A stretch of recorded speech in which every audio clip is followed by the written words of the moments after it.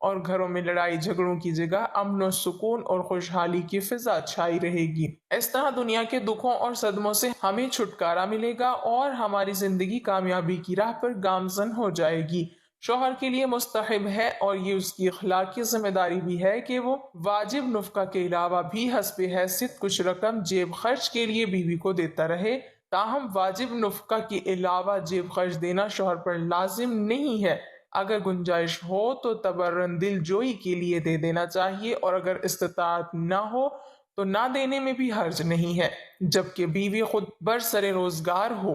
حضرت حکیم الامت مولانا اشرف علی تھانوی قدس فرماتے ہیں، بیوی کا یہ بھی حق ہے کہ اس کو کچھ رقم ایسی بھی دے جس کو وہ اپنی مرضی کے مطابق خرچ کر سکے۔ اس کی تعداد اپنی بیوی اور اپنی حیثیت کے موافق ہو سکتی ہے۔ جیب خرچ دینے کی واقعی ضرورت ہے۔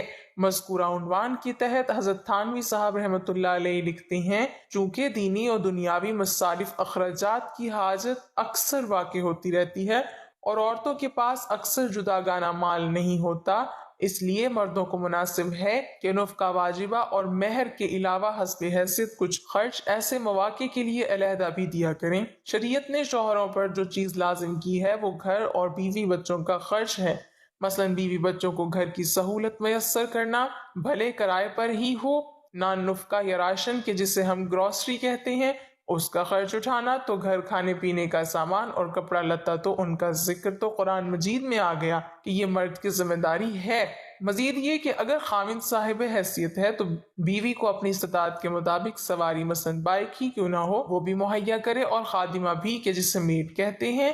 سنت اور صحابہ کی سیرت سے یہ معلوم ہوتا ہے کہ یہ دونوں چیزیں بیویوں کو مہیا کی جاتی تھیں۔ اگر گاڑی کی استطاعت ہے تو خاوند کو گاڑی کی سواری مہیا کرنی چاہیے، اور میڈ بھی اپنی استطاعت کے مطابق رکھ کر دے، جیسا کہ اس زمانے میں غلام اور لونڈیاں ہوتی تھیں جو بیویوں کے کام کاج میں ان کا ہاتھ بٹاتی تھیں۔ تو میاں بیوی کے حقوق دو طرح سے ثابت ہوتے ہیں، ایک شریعت سے اور دوسرا عرف سے۔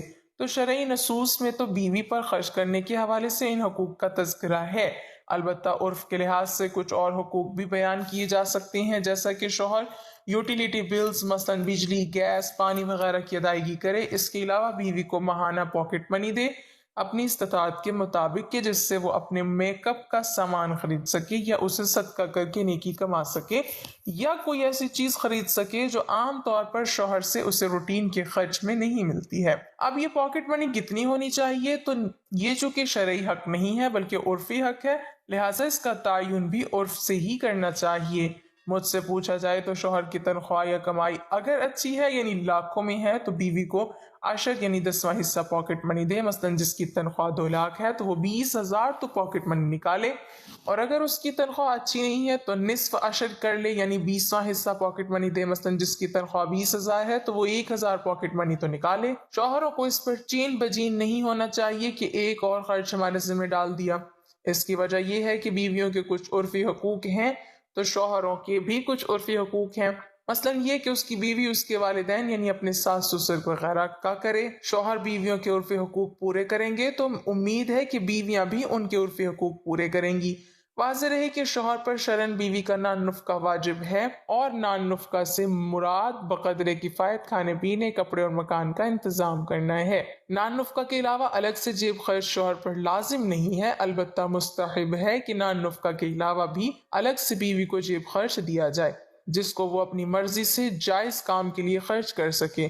صورت مسئولہ میں اگر شوہر اپنی بیوی کے نان نفقہ بقدر کفایت کھانے پینے، کپڑے اور مکان کا انتظام کرتا ہو تو شوہر پر شرعاً بیوی کو الگ سے جیب خرچ دینا لازم تو نہیں ہے، البتہ رہائش، کپڑے اور کھانے کے علاوہ بھی بیوی کی ضروریات ہوتی ہیں، اس لیے اچھا یہی ہے کہ اس کو الگ سے ماہوار کچھ جیب خرچ بھی دیا جائے جس کو بیوی اپنی مرضی سے اپنی ضروریات میں استعمال کر سکتی ہو۔ بیوی اس کو اپنے نان نفقہ کا حصہ سمجھ کر مطالبہ کرنے کی مجاز نہیں ہے۔ شوہر اگر نہیں دیتا تو اس کو شرعاً اسے ملامت نہیں کیا جا سکتا۔ واضح رہے کہ ہر شخص اپنی جائیداد و املاک کا تنہا مالک ہوتا ہے، اور وہ شریعت کی حدود میں رہتے ہوئے اس میں ہر طرح کا تصرف کرنے کا مجاز ہوتا ہے۔ صورت مسئولہ میں اگر سائل اپنی بیوی بچوں کا نان نفقہ ادا کرتا ہے تو شرعاً اس کو اختیار ہے کہ اپنے مال کو جائز طریقے سے جہاں چاہے خرچ کرے، لہٰذا اگر وہ اپنی بہنوں پر خرچ کرتا ہے تو اس کے لیے شرعاً اس طرح کرنا جائز ہے، اس میں کوئی حرج نہیں ہے۔ اگرچہ بہنیں شادی شدہ ہوں لیکن اگر وہ بیوی بچوں کے نان نفقہ کا بقدر کفایت کھانا پینا کپڑے اور مکان کا انتظام نہیں کرتا تو اس پر لازم ہے کہ پہلے بیوی بچوں کا نان نفقہ ادا کیا کرے، پھر اگر اس کے پاس مال بچتا ہے تو اس کو بہنوں پر بھی خرچ کر سکتا ہے۔ بیوی کا نان نفقہ شوہر کے ذمے لازم ہے اور بچوں کے پاس اگر اپنا ذاتی مال ہو تو ان کا نان نفقہ ان کے مال میں سے ادا کیا جائے گا۔ اگر ان کے پاس اپنا ذاتی مال نہ ہو تو لڑکوں کا نان نفقہ اس وقت تک والد کے ذمے لازم ہے جب تک لڑکے کمائی کے قابل نہ ہو جائیں۔ جب کمائی کے قابل ہو جائیں گے اور کمائی شروع کر دیں گے تو ان کا نان نفقہ خود برداشت کریں گے، اور لڑکیوں کا نان نفقہ ان کی شادیوں تک والد کے ذمے لازم ہے۔ بہن بھائیوں کا نان نفقہ تب بھائی پر لازم ہوتا ہے جب ان کا اپنا کوئی ذاتی مال نہ ہو، بھائی کمائی کے قابل نہ ہو، ان کے اصول فروغ اولاد اور آبا میں سے کوئی صاحب حیثیت موجود نہ ہو، ورنہ تو نان نفقہ ان پر ہوگا، بھائی پر لازم نہیں ہوگا۔ اسی طرح بہنیں شادی شدہ نہ ہوں، اگر شادی شدہ ہیں تو ان کا نان نفقہ شوہروں کے ذمے ہے اور ان پر خرچ کرنے والے بھائی کے پاس اپنے اور اپنی بیوی بچوں کے نان نفقہ سے زائد مال بھی موجود ہو۔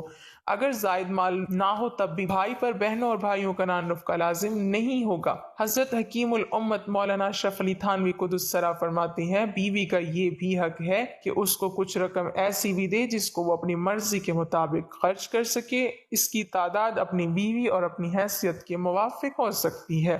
اللہ تعالی ہمیں بہتر عمل کرنے کی توفیق عطا فرمائے اور ہمیں نیکوکاروں میں شامل کرے، آمین۔